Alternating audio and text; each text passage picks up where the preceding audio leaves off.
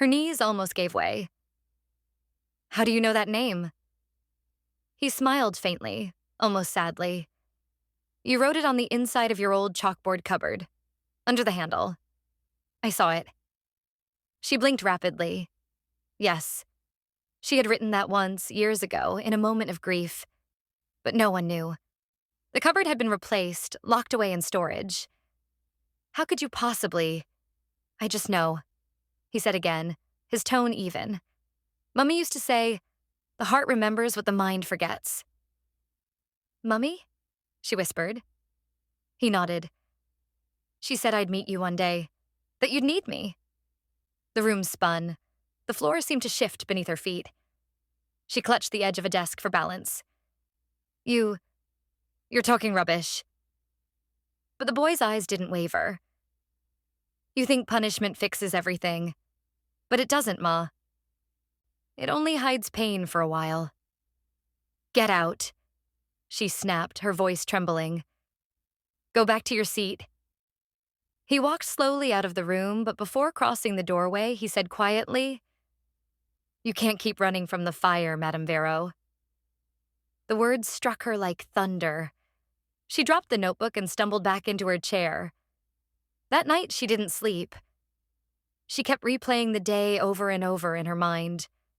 The handwriting, the way he said, "Mummy," the old nickname, the fire.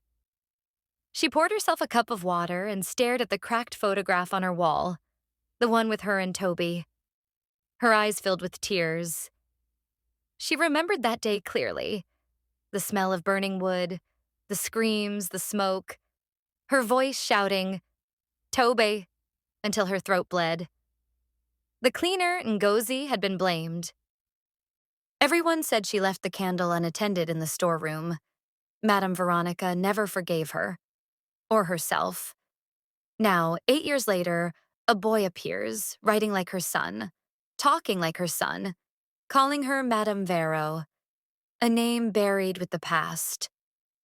She whispered to the empty room, "God, what is this? Is it madness or mercy?" Outside, the wind rose suddenly, rattling her windows. In the faint whistle of the breeze, she thought she heard a soft, childish laugh. Her skin prickled. She crossed herself, muttered a prayer, and tried to convince herself it was only her mind. But when she turned toward the old school bag in the corner, the one she hadn't touched in years, she saw something that made her blood run cold. Peeking out of it was a notebook. The same faded blue cover, the same red pencil handwriting. And across the front page were 4 chilling words. "See you tomorrow, Mummy." Morning broke gray and uneasy over Okeen town. The sky hung low, like it hadn't quite decided whether to rain or burn. For the first time in 15 years, Madame Veronica Okafor arrived at school late. The teachers whispered. The pupils stared. She walked through the courtyard without her cane. Her steps were slow, heavy. The familiar rhythm of her heels, tap, tap, tap, was missing. It felt as though the heart of the school had skipped a beat. Inside Class 5, children straightened up as she entered, but she didn't even glance at them. She looked tired, her eyes swollen from a night of no sleep. Her gaze went straight to the last seat by the window. Empty. She swallowed hard. "Where's Chibuike?" The class went quiet. Small fingers pointed outside. "Ma, he's at the playground." She nodded once and turned on her heel. The playground was quiet except for the squeak of a rusty swing. Chibuike sat there, legs dangling, head tilted toward the sky as if listening to something no one else could hear. Madame Veronica stood behind him for a moment, trying to find the right words. When she finally spoke, her voice trembled. "Who are you?" He didn't answer immediately. The swing creaked again. Then softly, "You already know." Her breath hitched. "No, I don't. My son is dead. He died 8 years ago in that fire." He turned slightly, eyes calm but shining. "You think death ends everything?" She took a step back. Stop. Stop this talk. You're only a boy. He rose slowly from the swing. The wind picked up, lifting the red dust around them. I'm here because you never forgave yourself, he said. You blamed everyone. The cleaner, the children, even God, but never faced the truth. Her lips quivered. What truth? That you locked the door that night. The world seemed to tilt. That's a lie, she screamed, but her memory betrayed her. She remembered shouting at Ngozi, the cleaner, that she wouldn't leave until the storeroom was spotless. She'd turned the key in anger, promising to open it in 10 minutes. Then she'd gone home, tired and furious, forgetting the candle burning near the shelves. By the time she returned, the school was smoke and chaos. Ngozi and Toby were gone. No. She clutched her chest. No, no, no. Chibuike's eyes softened. You see? The fire didn't only burn wood. It burned your peace. Tears streamed down her face. Who are you? Really? He stepped closer, his small hand reaching toward hers. A lesson. She stared, unable to breathe. The breeze carried a faint scent, not of dust or smoke, but of palm oil soap, the same smell her son used to bring after evening baths. She felt warmth on her palm, though his hand never truly touched her. Then he whispered, Mummy, you can forgive now. And just like that, he was gone. A few teachers later said they saw Madame Veronica collapse near the playground. Others said she stood frozen, eyes fixed on empty air. But what truly happened, only she knew. When she finally walked back into Class 5, the air felt different. Lighter. The children were whispering, confused. Where's the new boy? One asked. Which boy? The headmaster said, entering behind her. We don't have any new pupil today. The pupils blinked. But Chibuike, sir? Who's that? Madame Veronica's lips parted, but no sound came. She looked at the seat by the window, the same one Chibuike had used. It was spotless, the desk shining as if freshly polished. And there, faintly scratched into the wood, were 4 tiny words. Forgive and teach with love. Her throat tightened. She sat down slowly at her desk, folded her hands, and for a long moment said nothing. The pupils shifted nervously, expecting thunder. Instead, she smiled. A gentle, weary smile that no one in Okeentown had ever seen before. Open your books, she said quietly. Today we'll learn something new.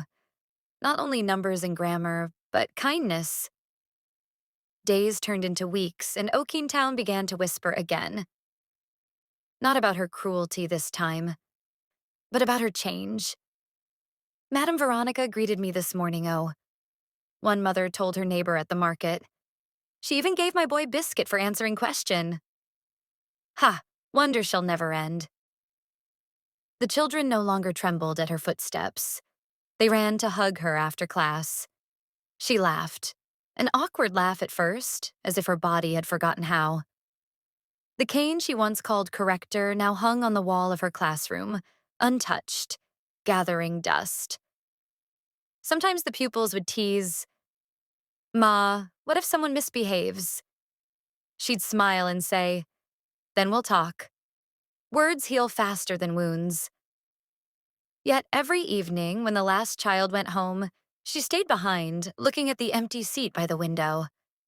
She'd whisper softly, Thank you, my son. Months later, during the school's end-of-term cleaning, the caretaker discovered an old metal box buried under debris in the abandoned storeroom, the one that had caught fire 8 years before. Inside were half-burnt papers, a small Bible, and a child's ID card. The name read, Chibuike Nnamdi, son of Ngozi Nnamdi. The caretaker handed it to her, unaware of the storm it would awaken. She stared at it for a long time, fingers trembling. The photograph on the card showed a smiling boy, maybe 7 years old with bright, curious eyes. Tobe's friend, the cleaner's son. Her breath caught as memory returned. Her own boy, Toby, used to call him Chibu. The ID card edges were charred, but one line was still clear. Ngozi Nnamdi, cleaner, Okeentown Primary School. She fell to her knees, clutching the card to her chest. So that was it. The boy who had come wasn't her son, but the cleaner's child, the very woman she had wronged. Perhaps his spirit had come to deliver the forgiveness she'd denied. God of mercy, she whispered through tears. You sent him, didn't you? That night, the rain came for the first time in months. Heavy, cleansing, relentless. The thunder rolled across Okeentown like a final verdict. Madame Veronica stood by her window, watching the drops hammer the tin roof. She opened the shutters wide and let the cold wind wash over her face. It smelled like new beginnings, like wet soil after drought. She reached for her old frame, the cracked photograph of her and Tobe, and placed the burnt ID card beside it. 2 boys, one gone, one sent. 2 mothers, one who caused the pain, one who bore it. She whispered a prayer for both. A year later, Okeentown Primary School was known for something new, the school of second chances. Children who once feared learning now came early, eager. Parents said Madame Veronica's class felt like home.